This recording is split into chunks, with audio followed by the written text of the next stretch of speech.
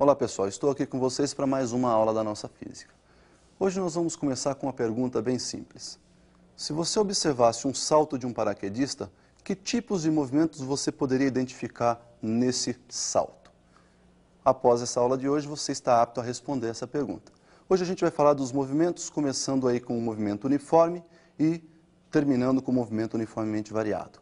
Então vamos lá, movimento uniforme é aquele que tem velocidade constante e, consequentemente, não possui aceleração. Por isso, será representado por uma função de primeiro grau.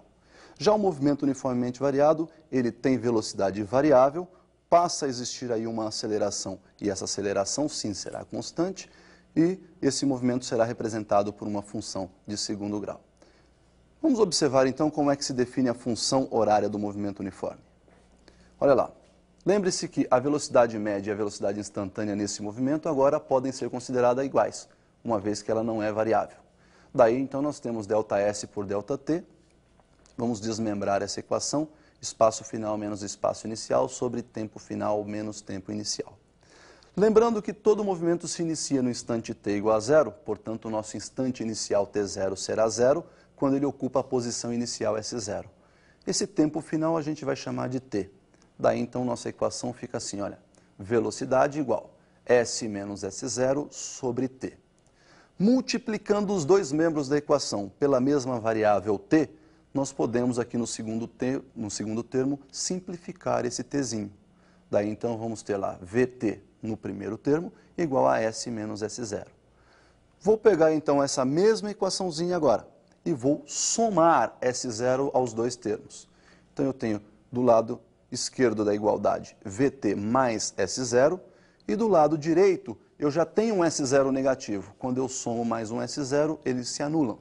E aí nós temos então somente o S. Daí a equação S igual S0 mais Vt.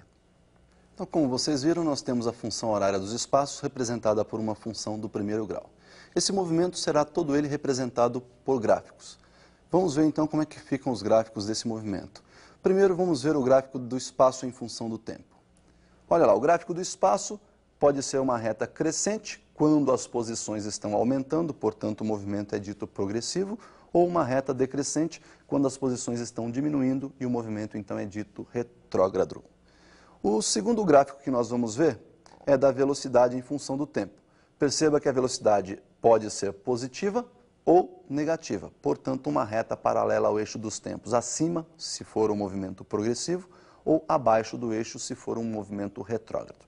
A aceleração sempre nula, independentemente do instante desejado. Sempre, então, nula a aceleração. Muito bem. Nesse movimento uniforme, nós temos, então, os gráficos apresentados e podemos extrair desses gráficos duas propriedades importantes. Vamos ver a primeira propriedade que diz respeito ao gráfico do espaço em função do tempo. Olha lá, se nós calcularmos o coeficiente angular dessa reta, nós vamos pegar nada mais, nada menos que uma variação vertical que representa ali o nosso eixo dos espaços, ΔS, por uma variação horizontal que representa o nosso ΔT, ou seja, o eixo horizontal representa o nosso tempo. O coeficiente, então, é dado pela tangente de θ, que será numericamente igual a ΔS sobre ΔT. ΔS sobre ΔT, você já conhece, é a velocidade. Muito bem, o segundo gráfico, que é o gráfico da velocidade, também nos permite extrair uma propriedade importante. Se considerarmos dois t's, ou seja, dois instantes, t1 e t2, e você observar que esse intervalo de tempo proporciona o cálculo de uma variação de espaço, olhando para o gráfico, essa área achurada será numericamente igual a essa variação de espaço. Perceba que quando você calcula a área, ΔT é a base, V, a velocidade, é a própria altura dessa figura retangular, e quando você faz base vezes altura, você determinou a área. Perceba que essa velocidade que aparece no segundo termo da equação pode ser substituída por ΔS sobre ΔT. E aí nós vamos ter no mesmo termo da equação, no mesmo membro, ΔT multiplicando e ΔT dividindo. Simplificando ΔT, provamos então que a área é numericamente igual à variação de espaço. Muito bem, então está definido aí o nosso movimento uniforme. O segundo movimento uniformemente variado, já falamos sobre ele e vamos ver então como é que fica a sua função horária. Observem como é que foi definida. Essa é uma das demonstrações dessa definição. Função horária dos espaços do movimento uniformemente variado, segundo grau, portanto, eu vou pegar uma expressão S igual a mais bt mais ct quadrado, e nós vamos determinar quem são os parâmetros A, B e C. O parâmetro A, nós vamos determinar, lembrando que no instante t igual a zero, nós estamos iniciando o movimento, portanto, S igual a S0. Substituindo esses dois valores na equação, no lugar do S, S0, no lugar do T, 0, fazendo essas continhas, você chegou aí em S0 igual a A. O parâmetro B, nós vamos definir através do cálculo de derivada. Se nós derivarmos o espaço em função do tempo, nós obtemos a velocidade. Então, nós sabemos que a derivada de A é uma constante, é 0. Derivada de bt, o expoente de t é 1. Desceu multiplicando o parâmetro b, ficou 1 vezes b. Né? E subtraindo 1 do expoente desse t aí, teríamos t elevado a 0, que não precisa ser colocado, portanto não aparece aí o t elevado a 0, mais a derivada de ct quadrado, que seria o 2 vezes c, o 2 desce multiplicando o parâmetro c, e subtrai 1 do expoente, 2 menos 1 seria 1, 2 vezes c vezes t. Daí, substituindo de novo o nosso tempo por zero, lembrando que no instante t igual a zero o movimento se inicia, nós vamos ter que a velocidade também é considerada como sendo inicial. Então, v0 é igual a b. Já o parâmetro c, nós vamos derivar a velocidade. Velocidade igual a b mais 2 vezes ct, derivando o b, que é uma constante zero, derivada de 2 vezes c vezes t, igual a 2 vezes c. Isolando, então, o nosso parâmetro c, vou dividir a equação membro a membro por 2, 2 em cima, 2 embaixo, nós podemos simplificar então aí no segundo membro da equação o 2, temos que o c igual a aceleração sobre 2. Daí, substituindo então membro a membro lá na nossa equação original, S igual a S0 mais V0t mais aceleração sobre 2t quadrado. Bom, essa então é a nossa função horária dos espaços. Percebemos que a velocidade também é uma função horária e de primeiro grau. Então, nós vamos substituir os termos também na função da velocidade. Olha lá, nós temos aí velocidade derivada do espaço em função do tempo, b mais 2 vezes c vezes t. Substituindo o b por v0 e o c por aceleração sobre 2, percebemos que no segundo membro da equação, nós temos v0 mais 2 vezes aceleração sobre 2 vezes t. Podemos simplificar o 2 em cima e embaixo, daí nós temos a equação original, v igual v0 mais aceleração vezes t. Uma propriedade importantíssima é que, sendo a velocidade representada por uma função de primeiro grau, o seu valor médio, visto por nós como sendo ΔS sobre ΔT, também pode ser calculado como sendo a média aritmética das velocidades inicial e final de um movimento. Definidas então as funções horárias, vamos ver como é que Torricelli chegou à sua equação. Observe a equação do Torricelli. Então, olha aí. Para definir a sua equação, Torricelli utilizou a equação horária da velocidade, v igual a v0 mais aceleração vezes t, subtraiu de cada lado da igualdade o v0, ficando então v menos v0 do lado esquerdo da igualdade, igual a v0 mais alfa t menos v0. Como nós temos do lado direito da igualdade v0 positivo, v0 negativo, nós temos então que v menos v0 será igual a alfa vezes t.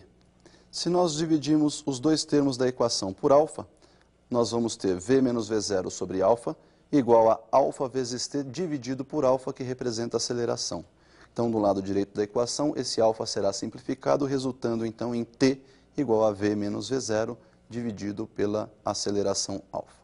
Se substituirmos esse t na equação horária ou na função horária dos espaços e fizermos todas as contas matemáticas, chegaremos então à expressão de Torricelli, v quadrado igual a v0 ao quadrado mais 2 vezes a aceleração vezes ΔS. Bom, então nós definimos todas as funções que representam esse movimento, movimento uniformemente variado. Vamos ver como é que ele fica representado graficamente? Vamos ver primeiro o gráfico do espaço em função do tempo. Olha lá, nós temos como espaço em função do tempo uma equação de segundo grau, portanto sua representação gráfica é uma parábola, que pode ter concavidade para cima ou concavidade para baixo. Perceba que no vértice da parábola nós temos aí a inversão do movimento, ou seja, no primeiro gráfico as posições vão diminuindo, quando atinge o vértice elas começam a aumentar. Então nós vamos denominar esse instante aí de T1.